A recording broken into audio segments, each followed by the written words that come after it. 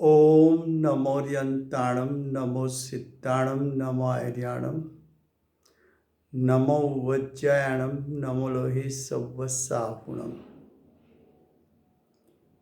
मंगलं भगवान् वीरो मंगलं गौतमो गणी मंगलं कुन्दकुन्दार्यो जैनाधर्मोऽस्तु मंगलम्। ओंकार बिंदु संयुक्तं नित्यं जायन्ति योगिनां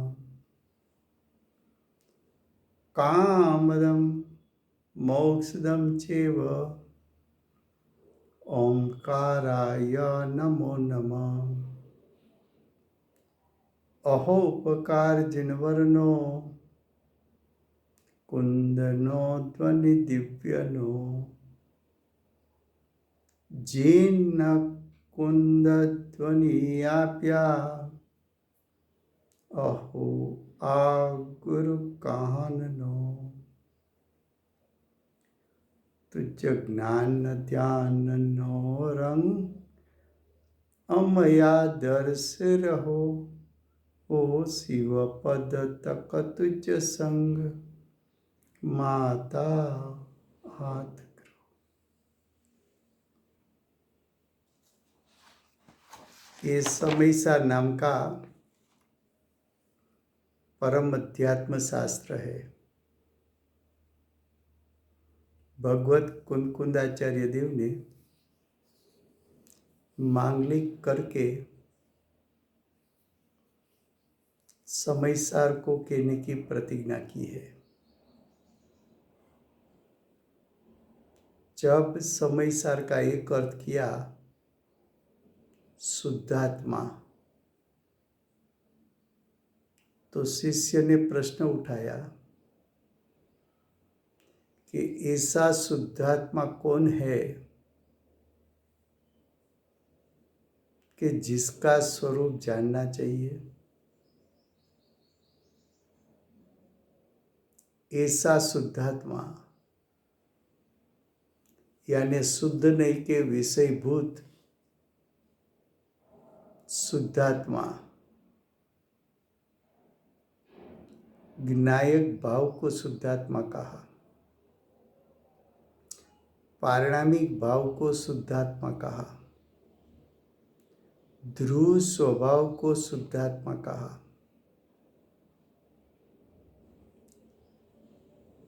त्रिकाल शुद्ध आत्मा के स्वभाव को शुद्धात्मा कहा। वो शुद्धात्मा कौन है यानी उसका स्वरूप क्या है और उसका स्वरूप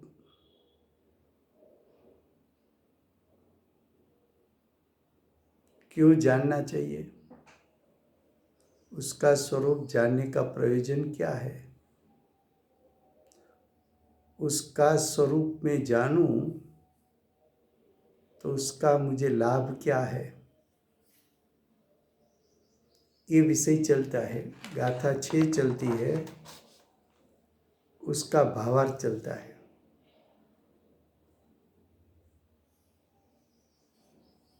उसमें भावार्थ का दूसरा पैराग्राफ,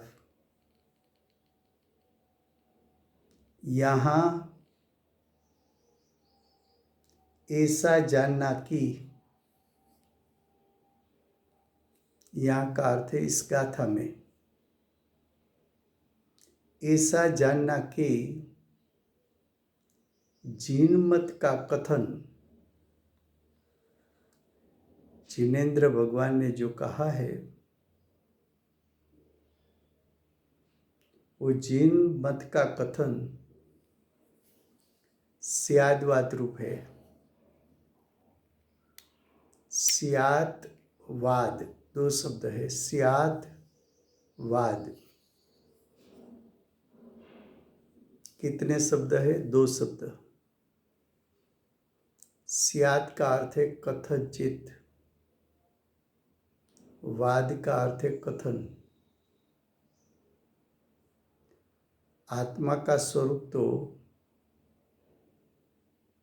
द्रव्य गुण पर्यायमय है। आत्मा तो अनंत धर्मात्मक है, अनंत शक्तिवान है, अनंत गुणात्मक है। तो आत्मा का स्वरूप नित्य अनित्य भी है, एक अनेक भी है, तत् तत् भी है, सत असत भी है। तो आत्मा का स्वरूप कहना है तो आत्मा का स्वरूप अनंत गुणात्मक, अनंत शक्तियों का पिंड, अनंत धर्मात्मक, ये सब स्वरूप तो है तो एक साथ। ये स्वरूप है तो युगपद, लेकिन शब्द आत्मा का स्वरूप जो युगपद है, तो शब्द उसको युगपद कह नहीं सकता है। कहने में क्रम पड़ता है। तो जितना कहा, वस्तु का स्वरूप जितना कहा, वो तो अल्प कहा, कथनचित कहा। एक वाक्य में वस्तु का स्वरूप, तो वस्तु का स्वरूप तो अनंत धर्मात्मक है।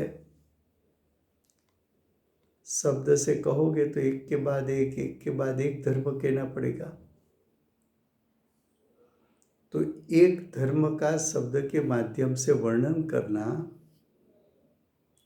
उसको कथनचित कथन कहने में आता है।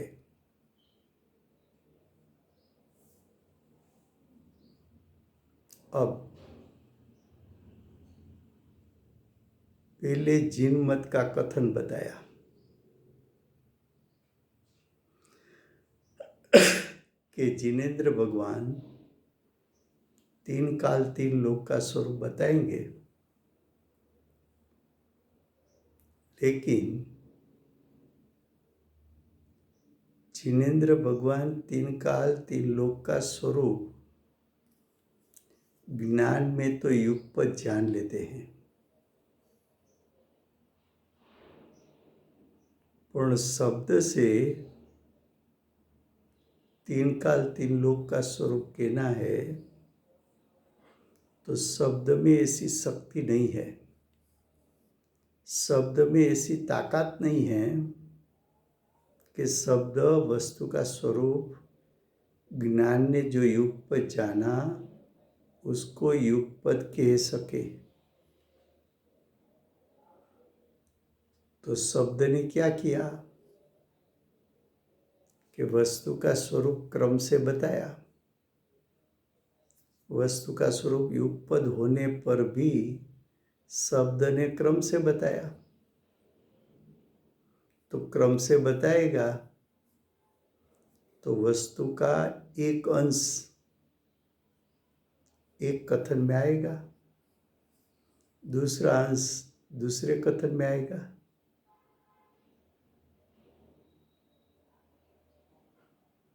और ऐसा स्याद्वाद कथन किसको होता है? तो कि ज्ञानी को होता है। तो कि ज्ञानी को क्यों होता है? तो कि ज्ञानी ने आत्मा का अनुभव किया, तब आत्मा का स्वरूप युगपत जान लिया, एक साथ जान लिया, एक समय में जान लिया, क्योंकि वो ज्ञान सम्यक ज्ञान है, वो ज्ञान भावश्रुत ज्ञान है, वो ज्ञान अनुभव के सहित है। तो भावश्रुत ज्ञान में ऐसी शक्ति है कि युगपत जान सकता है। तो ज्ञानी ने तो वस्तु का स्वरूप अभेद जान लिया, अब ज्ञानी सविकल दशा में आए, भव्य जीवों के प्रति, जिज्ञासु जीव के प्रति, मुमुक्षु के प्रति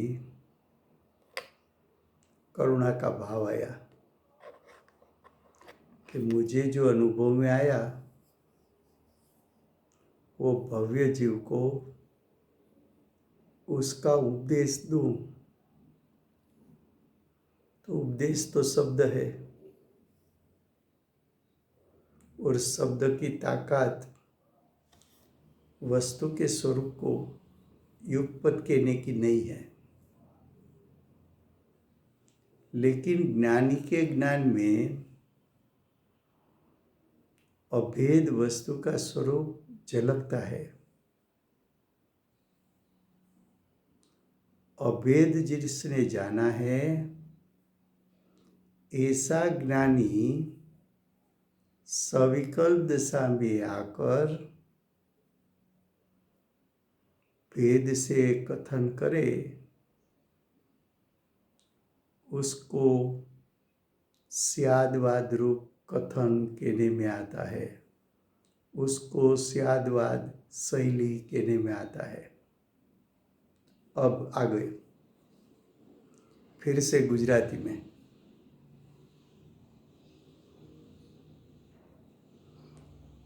भावार्थનો બીજો પેરેગ્રાફ।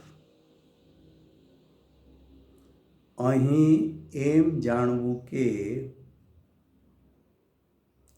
અહીં એટલે આ ગાથામાં, એમ જાણવું કે જીન मतનું કથન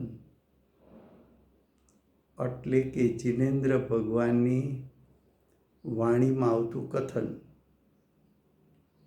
સ્યાદવાદ રૂપ છે। સ્યાદવાદનો અર્થ છે કથનચિત વાદ। સ્યાદવાદમાં બે શબ્દ છે, સ્યાત, સ્યાત એટલે કથનચિત, વાદ એટલે કથન। કથનચિત કથન એનો અર્થ શું? તો કે જ્ઞાની નિર્વિકલ્પ દશામાં આત્માનો અનુભવ કરે ત્યારે જ્ઞાનીને પ્રગટેલું જ્ઞાન આત્માના અભેદ સ્વરૂપને યુગપત જાણી લે છે। એવા જ્ઞાની સવિકલ્પ દશામાં આવીને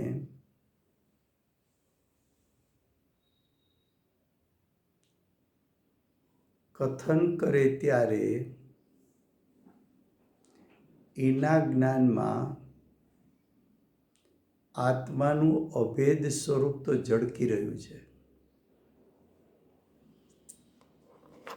પણ કથનમાં અભેદ સ્વરૂપને યુગપદ કહેવાની શક્તિ નથી। આત્મા છે અનેકાંત સ્વરૂપ, એટલે કે અનંત ધર્માત્મક છે, અનંત શક્તિનો પિંડ છે, અનંત ગુણાત્મક છે। જ્ઞાનીને અનુભૂતિના કાળે અનંત ધર્માત્મક વસ્તુ યુગપત જાણી, અનંત ગુણાત્મક આત્માને યુગપત જાણ્યો, અનંત શક્તિના પિંડ સ્વરૂપ આત્માને યુગપત જાણ્યો, પણ કથન કરવા જાય જ્ઞાની આત્માની અનુભૂતિમાંથી બહાર આવ્યા,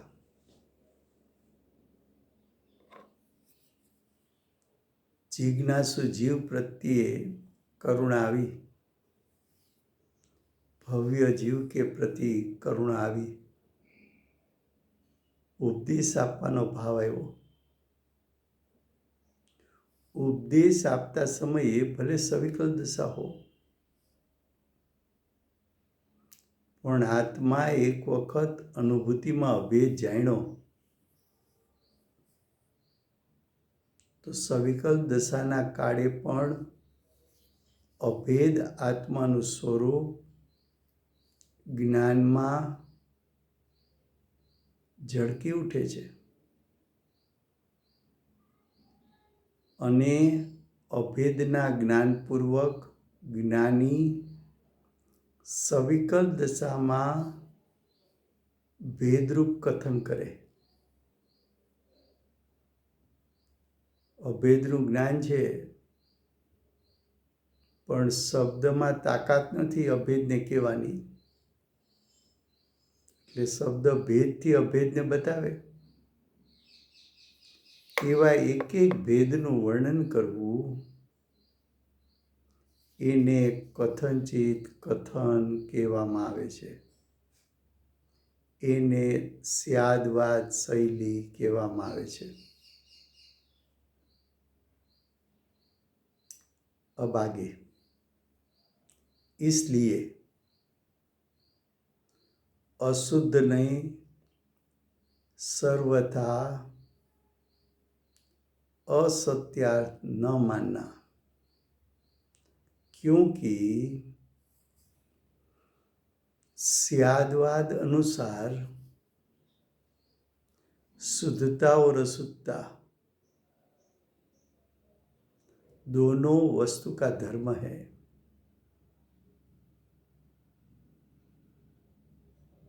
क्या कहा?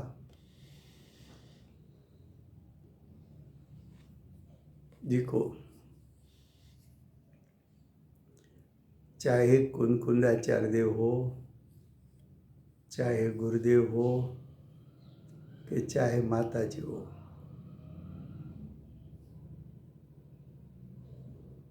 तीनों ज्ञानी है. तीनों ज्ञानी को निर्विकल्प दशा होती है. आत्मा की अनुभूति के काल में निर्विकल्प दशा है. तो निर्विकल्प दशा के काल में ज्ञानी ने ज्ञायक स्वभाव को जाना.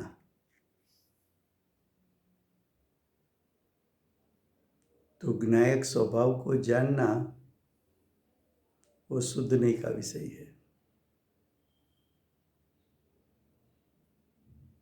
उसके अनंत गुणों को भी जाना. अनंत गुणों को अभेद रूप भी जाना, भेद रूप भी जाना. अनंत गुणों की पर्याय अनंती युगपद आंशिक सुत्ता रूप परिणमन के साथ प्रकट हुई. तो अनंत गुण की पर्यायों का भेद स्वाद भी आया, भेद रूप स्वाद भी आया. जितनी सुत्ता प्रकटी है इतना अतीन्द्रिय ज्ञान अतीन्द्रिय सुख का वेदन भी हुआ.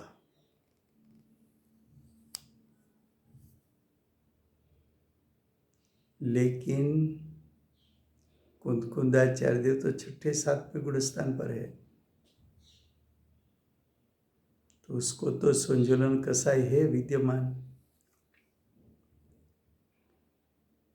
तो निर्विकल्प दशा के काल में भी आंशिक अशुद्धता कुंकुंदाचार्यदेव के परिणाम में है. आंशिक अशुद्धता भी अनुभूति के काल में ज्ञानी ने जानी. और ये अशुद्धता कर्म के उदय में आंशिक जुड़ गए, उसके कारण से उत्पन्न हुई है. वो भी ज्ञानी जानते हैं। तो ज्ञानी ने शुद्ध स्वभाव ज्ञायक को भी जाना, पर्याय शुद्धाशुद्ध है, पर्याय में जितनी शुद्धता है इतनी भी जानी, और अशुद्धता को भी जाना।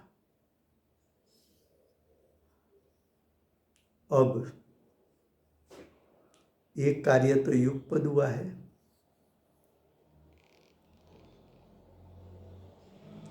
ऐसे ज्ञानी सविकल दशा में आए, जिज्ञासु जीव को निर्विकल्प दशा में ज्ञान ने क्या क्या जाना, ये ज्ञानी भव्य जीव को, जिज्ञासु जीव को वह स्वरूप शब्द के माध्यम से दिखाते हैं। अनुभूति के काल में तो सब कुछ युग पर जान लिया था, शब्द में युगपद कहने की ताकत नहीं है। तो ज्ञानी ने सविकल दशा में मानव के प्रथम ज्ञायक का स्वरूप बताया, फिर अनंत गुण अभेद स्वरूप उसका भी वर्णन बताया, उसके भेदों का भी वर्णन बताया, एक एक गुण का स्वभाव और उसका परिणमन कैसा है वो भी बताया, आंशिक शुद्धता का भी वर्णन किया, आंशिक अशुद्धता है उसका भी वर्णन किया।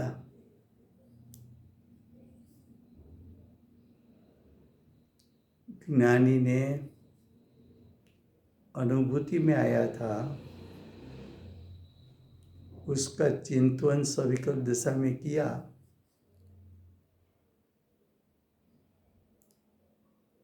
तो ज्ञायक स्वभाव, अनंत गुण, आंशिक शुद्धता, उसको अभेद कर दो, उसको शुद्धता कही, और जो अशुद्धता है उसको आत्म स्वभाव से भिन्न है,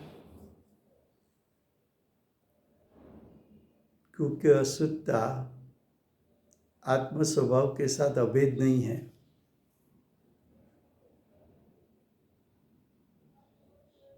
तो वस्तु का स्वरूप एक दृष्टिकोण से शुद्ध है, दूसरे दृष्टिकोण से अशुद्ध भी है।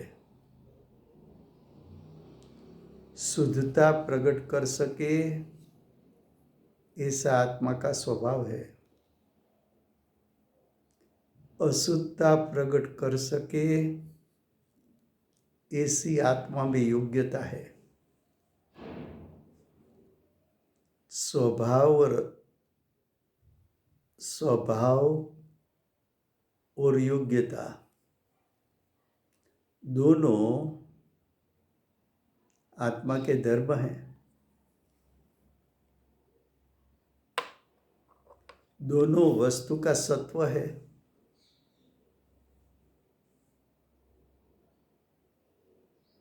ये अशुद्धता प्रकट हुई पर के संयोग से हुई, यानी कर्म के उदय में जुड़ने से हुई। स्वभाव और योग्यता में ये अंतर है। विनायक स्वभाव में जुड़ जा तो शुद्ध परिणाम प्रकट होगा, पर द्रव्य का संयोग करेगा तो परिणाम में अशुद्धता प्रकट हो सके ऐसी पर्याय की योग्यता है। तो तो शुद्ध नहीं से देखा जाए तो आत्मा ज्ञायक स्वरूप है। वो ज्ञायक स्वरूप में वर्तमान प्रकट हुई शुद्धता भी अभेद स्वरूप है। लेकिन अशुद्धता वो आत्मा का स्वभाव नहीं। उसको ज्ञायक के साथ अभेद नहीं बताया, क्योंकि अशुद्धता स्वभाव को अनुसरण करके उत्पन्न नहीं हुई है। अशुद्धता तो संयोग में जुड़ने से उत्पन्न हुई है।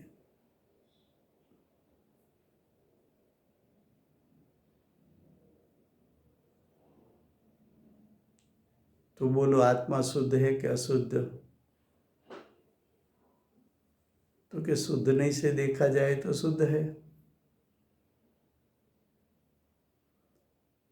अशुद्ध नहीं से देखा जाए तो पर्याय में अशुद्धता है। अशुद्ध नहीं का दूसरा नाम है व्यवहार नहीं। व्यवहार नहीं से देखा जाए तो पर्याय भेद है, तो वो व्यवहार नहीं का विषय हो गया।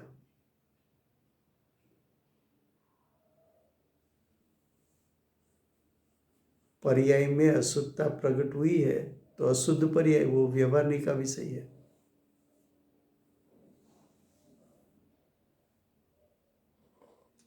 फिर से गुजराती में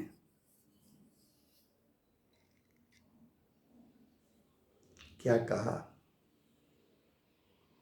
कि अशुद्ध नहीं सर्वथा असत्यार्थ न मानवी।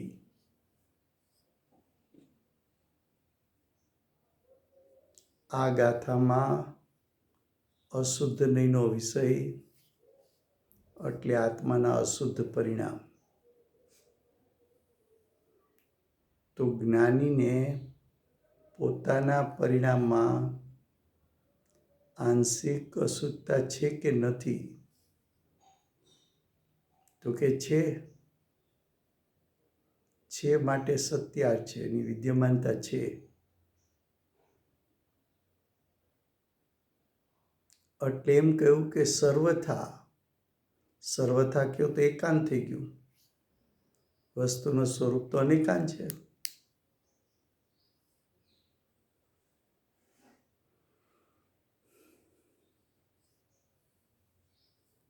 અશુદ્ધતા છે પણ ખરી, પણ એને અસત્યાર્થ કેમ કીધી? છે તો સત્યાર્થ કયો।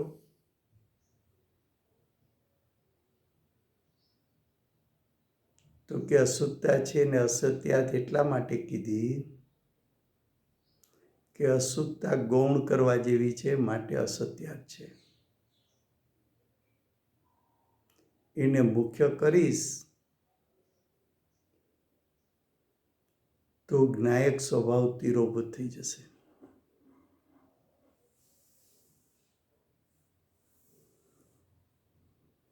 તો અશુદ્ધતા હોવા છતાં એની કિંમત નથી। અશુદ્ધતા હોવા છતાં મૂલ્યવાન નથી। અશુદ્ધતા હોવા છતાં એનું લક્ષ્ય કરવા જેવું નથી। અશુદ્ધતા હોવા છતાં એ અશુદ્ધતા ગૌણ કરવા જેવી છે।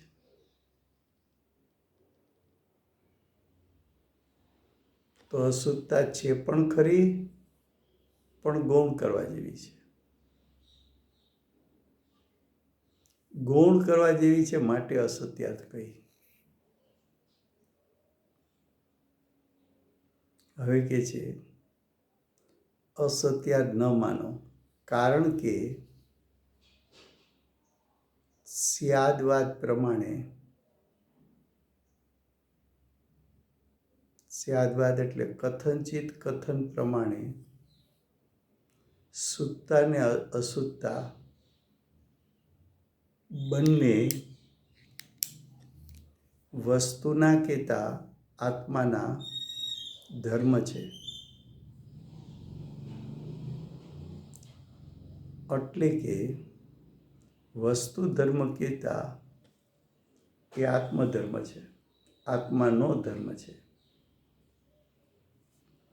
તો કે એને આત્માનો ધર્મ કેમ કીધો?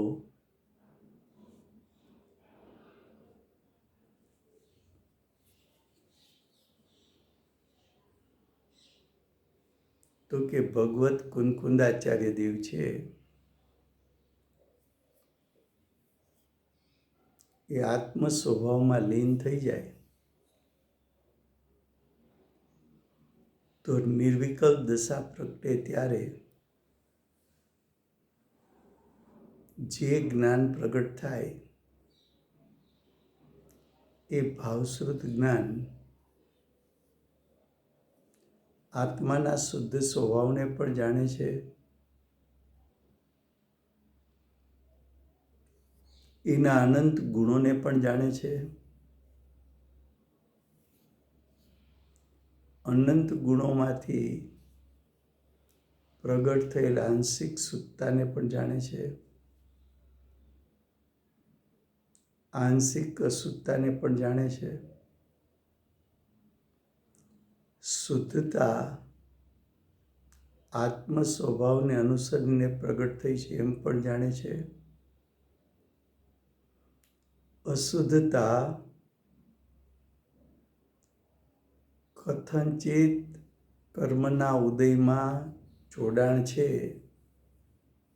માટે ઉત્પન્ન થઈ છે એમ પણ જાણે છે. તો આત્મા ની શુદ્ધતા સ્વભાવ અપેક્ષાએ શુદ્ધ નહીંનો વિષય છે.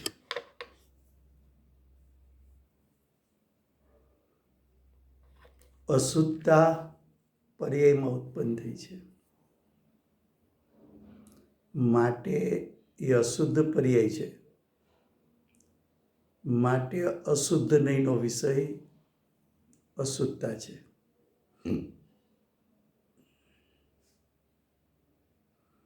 તો શુદ્ધતાનો વિષય પણ જ્ઞાનીને, શુદ્ધ નહીંનો વિષય પણ જ્ઞાની પાસે છે,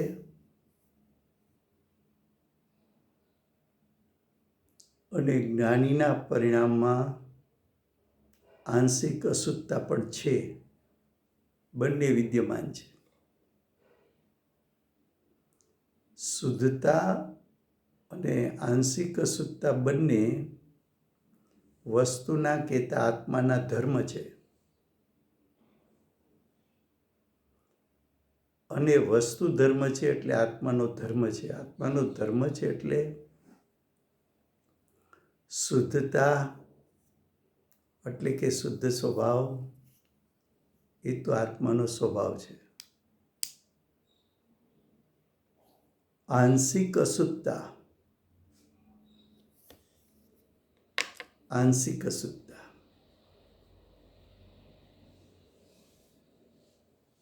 એ પર્યાયમાં પ્રગટ થઈ છે ખરી, પણ એનું લક્ષ કરવા જેવું નથી.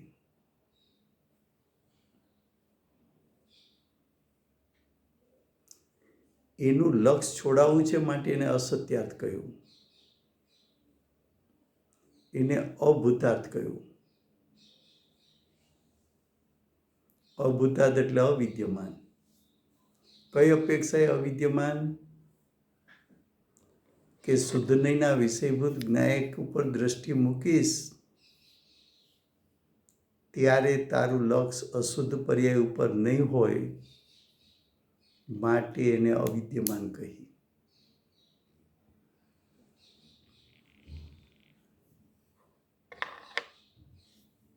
તો આત્મા પાસે ત્રિકાળ શુદ્ધ સ્વભાવ પણ છે, પરિણામમાં અશુદ્ધતા ઉત્પન્ન કરી શકે એવી યોગ્યતા પણ છે. એવી યોગ્યતા ક્યારે જોવા મળે? તો કે કર્મના ઉદયમાં જોડાય ત્યારે. એ અશુદ્ધતા કઈ નહીંનો વિષય છે? અશુદ્ધ નહીંનો વિષય છે. અશુદ્ધ નહીંનું બીજું નામ શું છે? તો કે વ્યવહાર નહીં.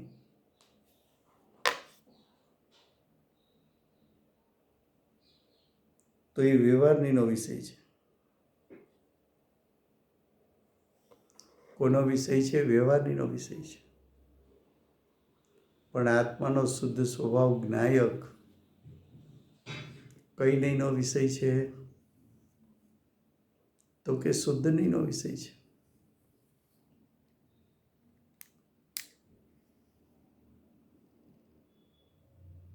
બંને વસ્તુનું સત્વ છે. સ્વભાવ હોય તોય વસ્તુનું સત્વ, યોગ્યતા હોય તો પણ વસ્તુનું સત્વ.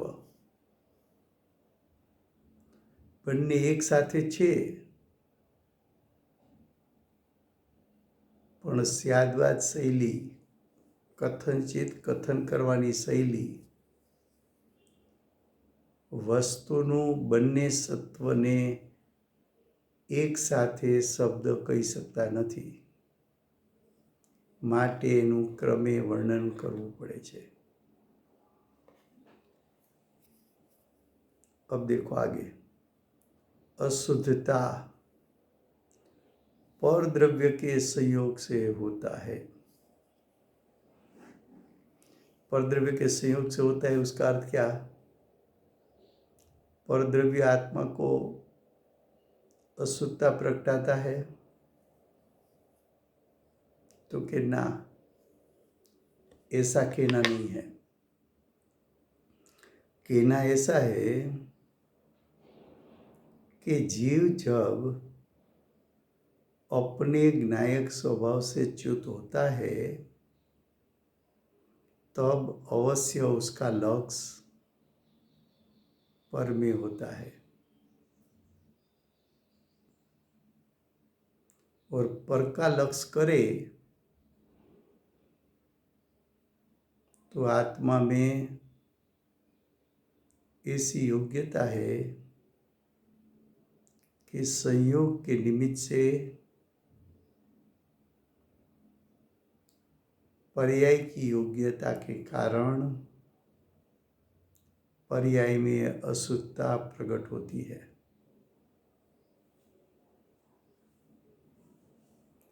यही अंतर है. क्या कहा फिर से गुजराती? अशुद्धता पर द्रव्यना संयोगથી થાય છે. એનો અર્થ એવો નહીં કે કર્મનો ઉદય જીવને અશુદ્ધતા ઉત્પન્ન કરાવે છે. એનો અર્થ એવો નહીં કે કર્મ જીવની અશુદ્ધ પરિણામનું કર્તા છે. તો કે એનો અર્થ શું કરવો? તો કે જીવ જ્યારે પોતાના સ્વભાવથી ચ્યુત થાય છે ત્યારે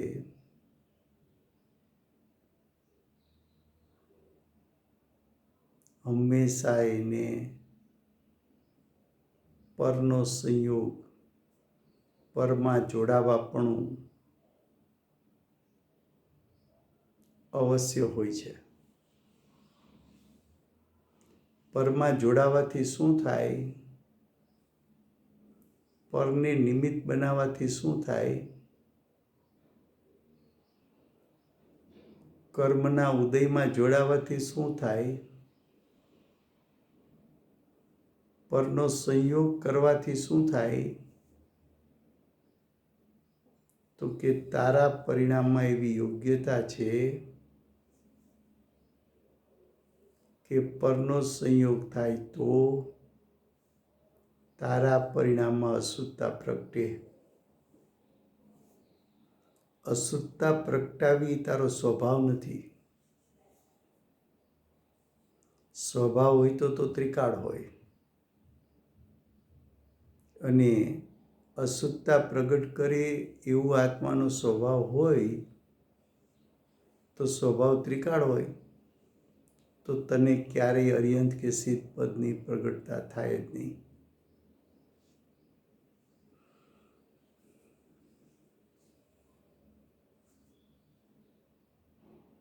અશુદ્ધતા થવાનું કારણ એક, તું સ્વભાવથી ચ્યુત થયો છો. બીજું, સંયોગમાં જોડાણો છો.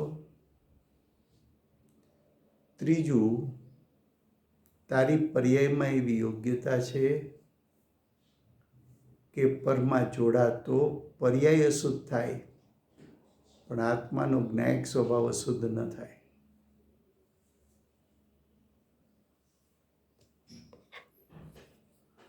છે સાવ સરળ વાત,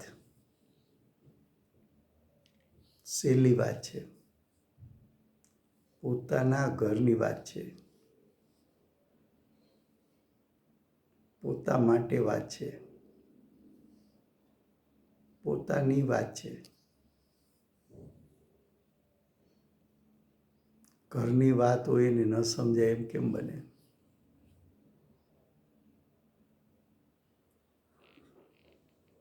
तो શું કહ્યું? अशुद्धता परद्रव्य के संयोग से होती है. એ જ ફેર છે, એ જ ફેર છે એટલે એ જ અંતર છે. શુદ્ધ પરિણામ સ્વભાવને અનુસરીને થાય, અશુદ્ધ પરિણામ કર્મમાં જોડાવાથી અથવા કર્મને અનુસરીને થાય. આ અંતર છે शुद्ध परिणाम ने अशुद्ध परिणाम बच्चे. अब आगे, अशुद्ध नहीं को यहाँ यही कहा है.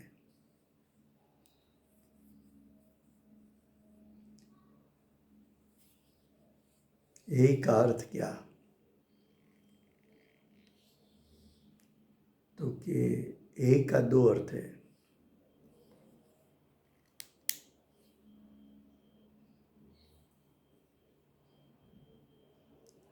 उसमें प्रथम अर्थ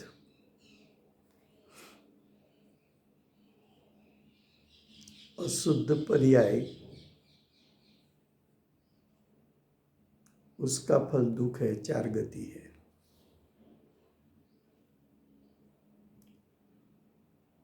इसलिए जो अशुद्ध नहीं का विषयभूत तेरे परिणाम में जो अशुद्धता प्रकट हुई उसका फल चार गति है और वो दुखदायक है. इसलिए अशुद्ध परिणाम छोड़ना चाहिए. इसलिए अशुद्ध नहीं के विषयभूत अशुद्ध पर्याय का लक्ष्य छोड़ना चाहिए. दूसरा, अशुद्धता भी छोड़ना चाहिए और अशुद्धता का लक्ष्य भी छोड़ना चाहिए. क्यों? तो कि अशुद्धता पर्याय में प्रकट हुई. पर्याय क्षणिक है तो क्षणिक का ध्यान नहीं हो सकता, अशुद्धता का भी ध्यान नहीं हो सकता. तो किसको ध्यान करे? तो कि ज्ञायक स्वभाव त्रिकाल है तो उसका ध्यान कर सकता है. परिपूर्ण शुद्ध है इसलिए उसका ध्यान कर सकता है. उसमें अनंत शक्ति रूप सामर्थ्य है इसलिए तू उसका ध्यान कर सकता है. और उसका ध्यान करने से शुद्ध पर्याय ज्ञायक में से आने वाली है. इसलिए ज्ञायक का ध्यान करना चाहिए. इसलिए ज्ञायक शुद्ध नहीं का विषय है. अशुद्ध पर्याय अशुद्ध नहीं का विषय है. क्या कहा? फिर से कि अशुद्ध नहीं को इस गाथा में हे कहो छे। શું કહ્યું? અશુદ્ધ નહીંને આ ગાથામાં હે કહ્યો છે. હે એટલે છોડવા જેવું. તો પરિણામમાંથી અશુદ્ધતા છોડવા જેવી છે અને અશુદ્ધતાનું લક્ષ પણ છોડવા જેવું છે. અશુદ્ધતા છોડવા જેવી છે માટે હે. અશુદ્ધતાનું લક્ષ પણ છોડવા જેવું છે માટે હે. અશુદ્ધતા પ્રગટ થઈ છે પર્યાયમાં, પણ એનું ફળ 4 ગતિ છે, 84 લાખ યોનિમાં જન્મ છે, 5 પરાવર્તન છે. એનું ફળ દુઃખ છે. માટે અશુદ્ધતા છોડવા જેવી છે. અશુદ્ધતા અશુદ્ધ નહીંનો વિષય છે. માટે એમ કીધું કે અશુદ્ધ નહીંનો વિષય ભૂત અશુદ્ધતા છોડવા જેવી છે. તો પર્યાયમાંથી અશુદ્ધતા છોડવી એને હે કહ્યું. હવે હેનું બીજું સ્વરૂપ કે અશુદ્ધ પર્યાય ક્ષણિક છે, એક સમયની છે, પલટનશીલ છે, અનિત્ય છે. તો જે ક્ષણિક હોય, એક સમયનું હોય, પલટનશીલ હોય, અનિત્ય હોય, એનું ધ્યાન ન થઈ શકે. માટે અશુદ્ધ પર્યાય એટલે કે અશુદ્ધ નહીંનો વિષય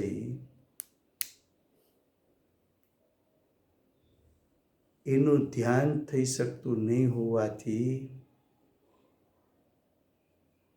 અશુદ્ધતા એટલે કે અશુદ્ધ નહીંનો વિષય હે છે. તો કે ધ્યાન કોનું કરવું? તો કે જે ત્રિકાળ છે,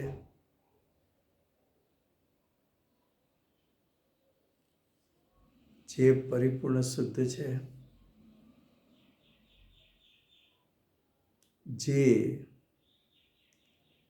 જેનામાં શુદ્ધતાનું શક્તિરૂપ સામર્થ્ય અનંતું છે,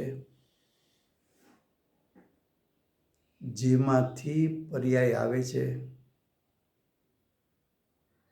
એવો જ્ઞાયક સ્વભાવ એ શુદ્ધ નહીંનો વિષય છે.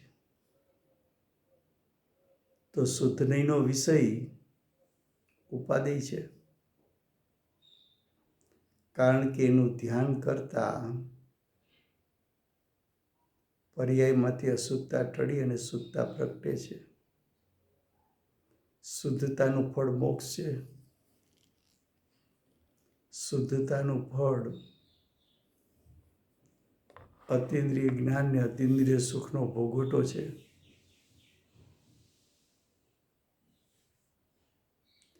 એનું ફળ આધ્યાત્મિક સુખ શાંતિ છે.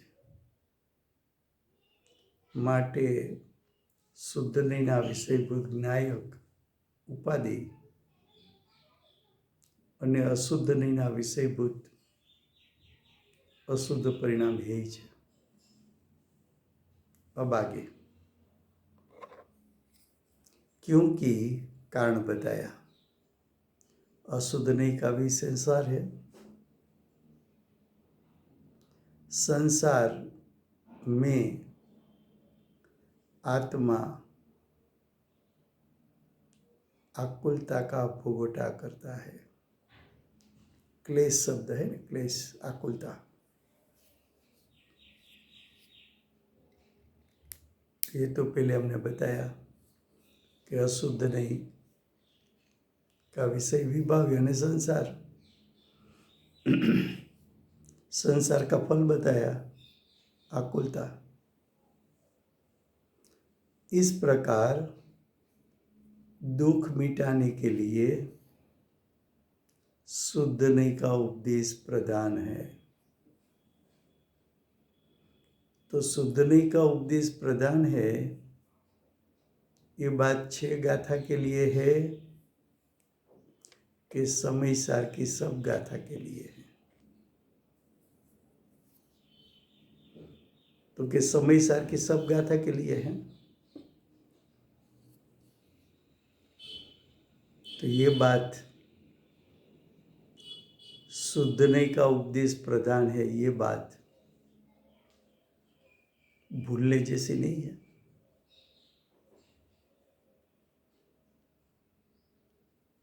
क्या कहा फरी पाछું ગુજરાતીમાં? જ્યારે પોતે પરદ્રવ્યથી ભિન્ન થાય ત્યારે સંસાર મટે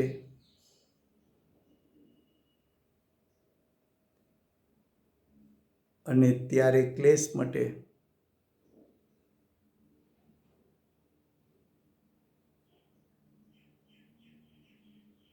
આ રીતે દુઃખ મટાડવાને શુદ્ધ નહીંનો ઉપદેશ પ્રધાન છે।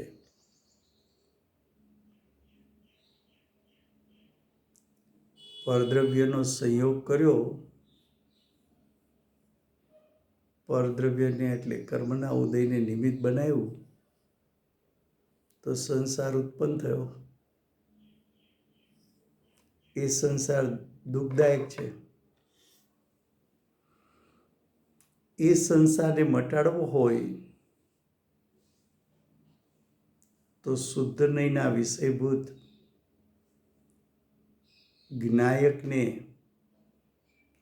પ્રદાન કરવાનો ઉપદેશ જ્ઞાની આપે છે। તો શુદ્ધ નહીંનો વિષય પ્રદાન કઈ ગાથા માટે છે? માત્ર 6ઠી ગાથા માટે।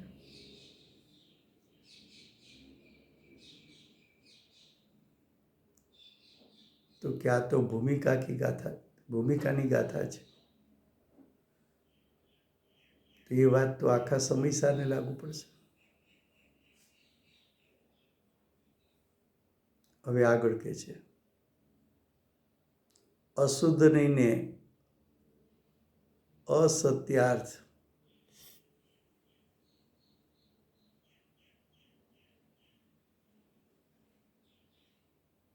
फिर से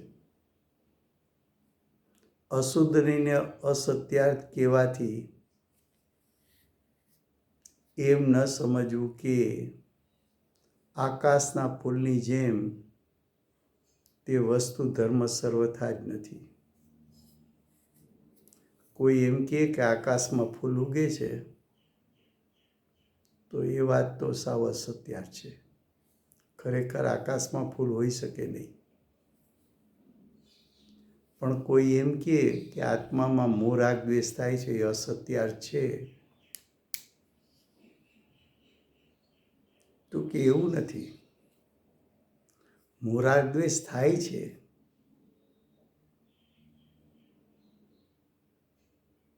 પણ મોહ રાગ દ્વેષ એની જો તને રુચિ થશે તો જ્ઞાયકની રુચિ નહીં થાય। તો મોહ રાગ દ્વેષની રુચિ કરવા જેવું નથી, માટે એને અસત્યાર્થ કહ્યું। ને જ્ઞાયકની રુચિ કરવા જેવું છે, માટે એને સત્યાર્થ કહ્યું। મોહ રાગ દ્વેષ અશુદ્ધ પર્યાય છે, તેનું ધ્યાન નહીં થઈ શકે, માટે અસત્યાર્થ કહ્યું। જ્ઞાયકનું ધ્યાન થઈ શકશે, માટે સત્યાર્થ કહ્યું। મોહ રાગ દ્વેષમાં પરનું લક્ષ્ય છે, એ દુઃખનું કારણ છે, માટે એને અસત્યાર્થ કહ્યું। જ્ઞાયકનું લક્ષ કરવાથી સુખ પ્રગટ થશે, માટે એને સત્યાર્થ કહ્યું। તો સત્યાર્થ અસત્યાર્થનો અર્થ શું છે એ તારે સમજવું પડશે। હવે આગળ કહે છે, એમ સર્વથા એકાંત સમજવાથી મિથ્યાત્વ આવે છે। હું તો સ્વભાવથી શુદ્ધ છું એટલું જ સ્વીકાર્યું. તો હવે તારે અર્યંસિત પદ માટે પુરુષાર્થ ક્યાં કરવાનો જ રહ્યો? અને હું અશુદ્ધ જ છું. અનાદિકાળથી જો અમારામાં અશુદ્ધતા થાય છે. શુદ્ધ સ્વભાવને ન સ્વીકારે તો પણ એકાંત થયું. તો કે વસ્તુનું સ્વરૂપ એકાંત નથી, અનેકાંત છે. इसलिए स्यादवाद का शरण लेना. શુદ્ધ નહીંનું આલંબન કરવું તે છે. નહીં, શુદ્ધ નહીંનું આલંબન કરવું જોઈએ. શા માટે? તો કે સ્વરૂપની પ્રાપ્તિ થયા પછી શુદ્ધ નહીંનું પણ આલંબન નથી.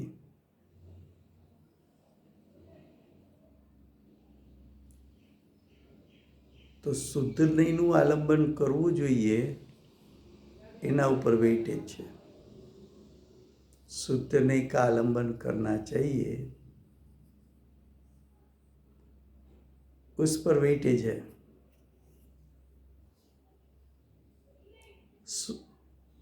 स्वरूप की प्राप्ति के बाद शुद्ध नहीं का भी आलंबन नहीं रहता. जो वस्तु स्वरूप है वो है, ये प्रमाण दृष्टि है. प्रमाण दृष्टि का अर्थ वस्तु द्रव्य पर्याय स्वरूप है. वस्तु द्रव्य पर्याय स्वरूप है, लेकिन प्रयोजन के लिए पर्याय का ध्यान करना कि ज्ञायक स्वभाव का ध्यान करना. आत्मा द्रव्य पर्याय स्वरूप है, लेकिन आत्मा की अशुद्ध पर्याय का ध्यान करना कि आत्मा के शुद्ध स्वभाव का ध्यान करना. तो जब प्रयोजन दाखिल करना है तब शुद्ध नहीं और व्यवहार नहीं का स्वरूप समझना पड़ता है. इसका फल वितरागता है. शुद्ध नहीं के विषयभूत ज्ञान का आश्रय लिया तो फल में वितरागता प्रकट हुई. इस प्रकार निश्चय करना योग्य है. आज हम यहाँ तक रखते हैं, कल आगे चलेगा.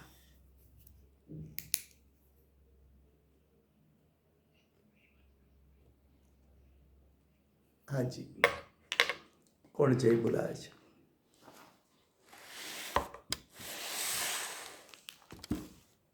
हाँ जी.